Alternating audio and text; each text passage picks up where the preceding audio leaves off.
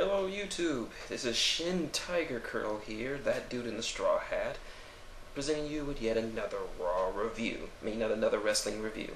I'm of course joined by my associate Joe. Say hi, Joe. He's in a good mood tonight.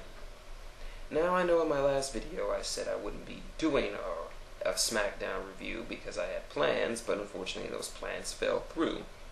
It's between gas prices and movie ticket prices, I really didn't have the funds to go out tonight, unless I didn't feel like eating, and I love to eat, so fuck that. So decided to stay home and watch a little SmackDown. And why is this SmackDown important? It's the first SmackDown since the Elimination Chamber, and we have a very important announcement. Wait a minute, let me get the notes. Notes right here. Let's begin. We have a very important announcement to start the show off with Theodore Long announcing that tonight, because of her connections, because of her knowledge of Dolph Ziggler's attack on himself, he's putting Vicky Guerrero in a match, an intergender, a mixed tag team match. Is it intergender or mixed tag? I can't remember. Well, anyway, it will be herself and Drew McIntyre versus the world champion Edge and the returning Kelly Kelly. The stipulation is that if Vicky's team loses, then she will be fired from SmackDown. Big stipulation. Alright, our first match is between Kane and Rey Mysterio. Now, this isn't the first time Kane and Mr. 619 hooked up. They had a very good rivalry last year for the world title. Now, this wasn't an end match to write home about, but it was certainly as good as we can get from these two. Now, say what you want, I say what I want about Rey and Kane. They are both good when they both can put on a good match when they need to. Sure, they're up there in years, but they're still pretty fun to watch. It was a nice little back and forth, nice David and Goliath match, and Rey pulls off what people are calling an upset victory against the larger and stronger Kane. Even Rey couldn't believe it. So Rey wins with a modified schoolboy. But while he's celebrating in the ring, an unexpected guest pays a visit. Former WWE champion and Hall of Famer, the American Dream, Dusty Rhodes. And he comes out and says, "Rey, baby, I just want to say, I want to apologize to you on behalf of my son, Dashing Cody Rhodes. And could you bring my son out for me, please? Could you come out here, son?" And so Dashing Cody Rhodes comes out in a mask, because if you haven't been following, a few weeks back before the Rumble, there was one of Rey's leg braces got exposed in the match and hit Cody in the face, breaking his nose and requiring him to have massive reconstructive surgery. Unfortunately, this meant that he had to miss both the Royal Rumble and the Elimination Chamber. Cody comes out, and his father demands that he apologize to Rey for all the things he said about him. Cody cuts a very, very good promo. I mean, you can tell that promo cutting runs in the Rhodes family, and it is very strong in Cody. He cuts a very impassioned promo about how he missed the Royal Rumble and how he missed the Elimination Chamber, and he looks up at the sign, and he doesn't say it, but everyone knows he missed WrestleMania. And his father goes on, cuts another good promo like, "See, son, while you're concentrating on being dashing, The Miz came up and he became world champion. While you were busy being dashing, son, the Edge returned from injury and became world heavyweight champions. And while you were busy being dashing, your boy Ted DiBiase was busy being boring." He didn't really say that, but still. So Dashing says, "Okay, I admit you have a point, Dad. I'm sorry, and I'm sorry to you, Rey." And they shake hands. Then Rey goes to shake hands with Dusty Rhodes. They hug, and while he's going away, Dusty has his hand in her, still has his hand. He's like, "I don't think so, Daddy-O. See, I loves my son." And so Dashin attacks him from behind and unleashes a hellacious beating on him. And he just messes him up. At one point, they're on the ramp, and his little Titantron thing comes up where he has that mirror that he looks at himself with, and he actually takes Ray's face and rams it into the mirror thing. And then, to add insult to injury, he actually takes Rey Mysterio's mask. Now, for those out there who are unfamiliar with it, Rey is what is referred to as a luchador. Luchadors are Mexican wrestlers and Mexican wrestlers, about 90% of them, wear masks.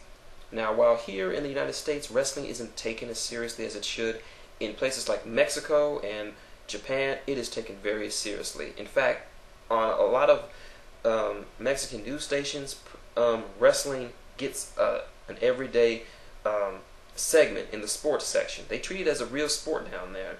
And for luchadors, their mask is their identity. They can never take off their mask. It's part of their identity. To get your mask taken off would mean to get your face shown would be to lose your honor, to lose your identity. I mean, a lot of luchadors who have their careers ended do so because they lose their masks. Their masks get ripped off. That's why mask versus mask matches are very big in Mexico. So for Cody Rhodes to just take his mask off in front of a crowd, they didn't show his face, but he took his mask off. That is a very, very heelish thing, and he got a lot of heat for that. So I'm saying kudos to you, Cody Rhodes, because you are really coming up between that promo, you're improving in-ring skills, and now this. I can see some gold, some singles gold in Dashing Cody Rhodes' future. So after he beats up Rey, takes his mask, the refs come out and put a towel over his head so that nobody can see his face. But word of note, back when Rey was wrestling with WCW, there was a long period where he didn't wear a mask. So unless you have a long memories from back when he was with the Filthy Animals, then you already know what Rey Mysterio looks like under that mask. Backstage, Cody congratulates his father. They have a nice hug, and he just shows off the mask he took from Rey. Let's see. Next match is Layla versus Rosa Torres, with Michelle McCool providing commentary. This was a very short match. Neither of them got a chance to do anything particularly impressive. The match goes on outside where Layla accidentally pushes Rosa into Michelle. Michelle, pissed at this, attacks Rosa, and the match gets thrown out, and Rosa wins by DQ. Layla is obviously upset with this, and we have a little tension between Laycool. Could we see a breakup of the BFFs? Never know. Let's see. Next match is Kofi Kingston versus Jack Swagger. Now, I missed a lot of this match because I was helping my family out with some things. As you know, my sister and her newborn son are staying with us for a while, so I had to go out and help her for a little bit. But I caught little brief glimpses of the match, and I'm quite certain that this was a good match because Kofi and Jack are very good in-ring competitors. Apparently, I think Kofi tapped out via either an armbar or an ankle lock. I hope it was an armbar because Jack Swagger's ankle lock totally sucks. But Jack Swagger wins.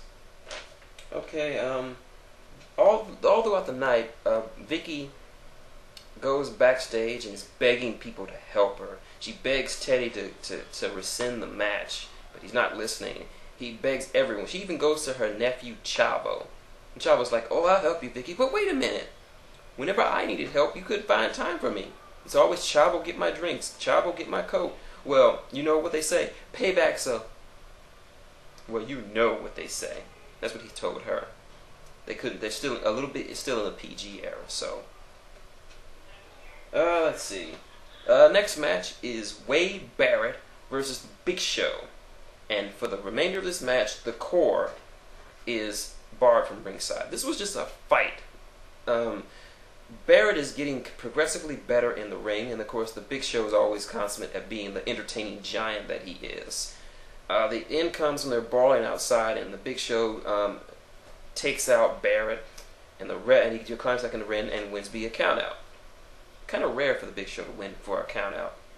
But anyway, this brings the rest of the core to come out, and the Big Show's like, you know what? Screw this. Goes outside the ring, gets himself a chair, and I don't know if this was an accident or not, but he hits Justin Gabriel in the head. A straight-on head chair shot. Now, I don't know if he's going to get, but he's probably going to get in a lot of trouble. I don't know, since he's an older guy who's been with the company for a long time, but he could get in trouble since chair shots to the head are banned in the WWE, and with good reason, because those things are dangerous. I mean, look at what happened to Mr. Anderson. Yeah, Concussion City. So I hope Justin Gabriel is okay, and I hope it was an accident or whatever. I just hope he's doing okay.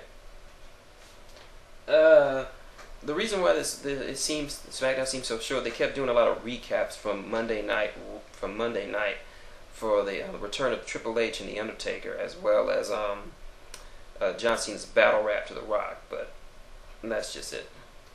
We come to the main event. Edge and Kelly versus Vicky Guerrero and Drew McIntyre. Now, this is obviously tension because Drew is still head over heels for Kelly, and Kelly, who wants nothing to do with Drew because he's a psychotic madman. That Elimination Chamber match pretty much showed that. It was a pretty decent back and forth. It had a lot of good ring psychology, with Vicky obviously scared and Edge taunting her, saying, "Your career is this close from ending." And Drew was like still looking over at Kelly, and it's distracting him off his game, and he almost cost the match a few points. At one point, Edge prepares to do a spear on Drew when Vicky gets in the ring. He's like, "Please, Edge, don't do this. Please, don't do this." She gets speared by Kelly, and then Drew gets speared by Edge. 1, 2, 3. Edge and Kelly win, and you know what that means. Vicky really sells this. I mean, you could see the hurt and despair on her face. I mean, back when she first started out, she couldn't act worth a damn. Now, she is really good. And Teddy comes out, and he informs her that she's fired. And for the last 10 minutes of Raw, the last 10 minutes of SmackDown, it's just Vicky in utter hysterics. I mean, she is wandering around the ring, begging people to help her. She asks the referee to help her. He can't do anything. She even asks Booker T to help him, and Booker's like, "Oh yeah, you want to help? You want some help from me? I can't help you, baby. I can't help you, sucker." And he is just laughing in her face, and damn it, Booker, I just love you now. You're my man. The Black Snow is the man. Then Vicky goes up to Michael Cole, who would still be sucking her cock if she had a cock. And she's like, "I can't do anything for you, Vicky. I want to, but I can't. I'll talk to Teddy for you, but I can't help you." Then she goes to the ring announcer, Tony Chimmel. He can't help her. Then she even begs the cameraman to help her, and the cameraman's like, I'm just a cameraman." So she gets in the ring and she's begging Edge, "Edge, help me! Give me my job back. I'll do anything." And I don't know if she did this on purpose, but as soon as she said that, she drops to her knees at Edge's waist, and you can pretty much imply what you want about that. She did say she'd do anything. So Edge says, "I'll help you, Vicky. Me and my gigantic chin are gonna sing you the goodbye song." And so Vicky walks out, and for just those few last moments, you genuinely feel bad for Vicky. She really sells this as best as anyone can sell anything. Karen Angle wishes she could be as good as Vicky Guerrero, and I doubt this will be the last time we see her. She's too good to let go. Sure, she gets on my nerves at times with her voice, but damn it, she's a heat machine, and she knows how to pull some heat. She gives one last roar to Edge, saying that she'll be back, and before Edge can say anything, Alberto Del Rio comes in. He says, "I don't think so, Senor Edge. I shall beat you down because I am the essence of excellence." Wink. And it pretty much ends with Alberto Del Rio beating down Edge, softening him up for WrestleMania. And that was SmackDown. My verdict? Good one. The matches were decent. They had great ring psychology, following up on some big feuds. Cody Rhodes did a magnificent job of healing up, and it was great seeing Dusty Rhodes being the heel that everyone knows he could be.